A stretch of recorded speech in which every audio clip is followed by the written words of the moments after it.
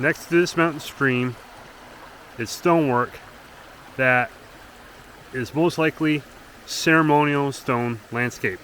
This was most likely created by the Abenaki people before or maybe right after contact with the Europeans.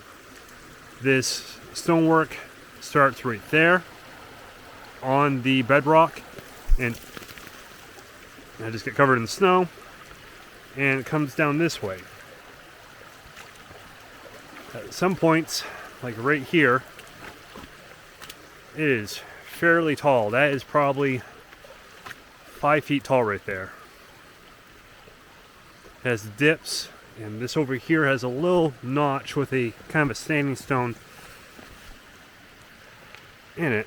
I'm not sure what that is, but I've seen that in other stone walls.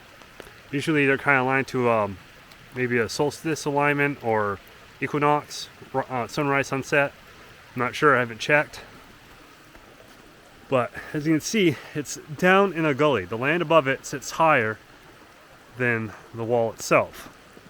But as we go down this way, you can see where the wall begins. It's a very short one. This is more stone row. Oh, there's also a little niche right there, an opening in the wall itself. I've found these before too. One of them had markings in it. I don't think this one has any markings that I can see. No, not really.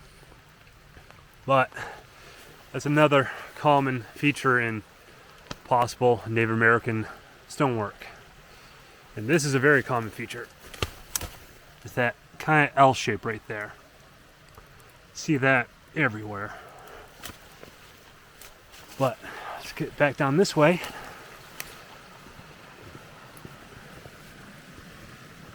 Because this wall ends right at that bend of the river right there.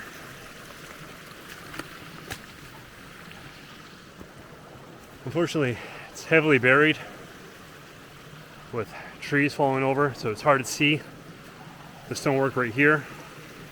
I think it might be sitting on bedrock right there. Can't really tell.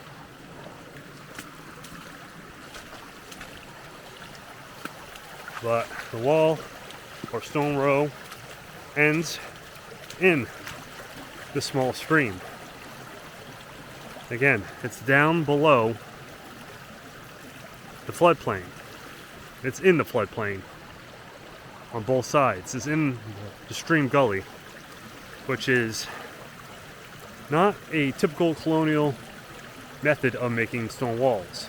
And also the fact that it really doesn't serve any purposes. It just starts there, ends on the bedrock up there.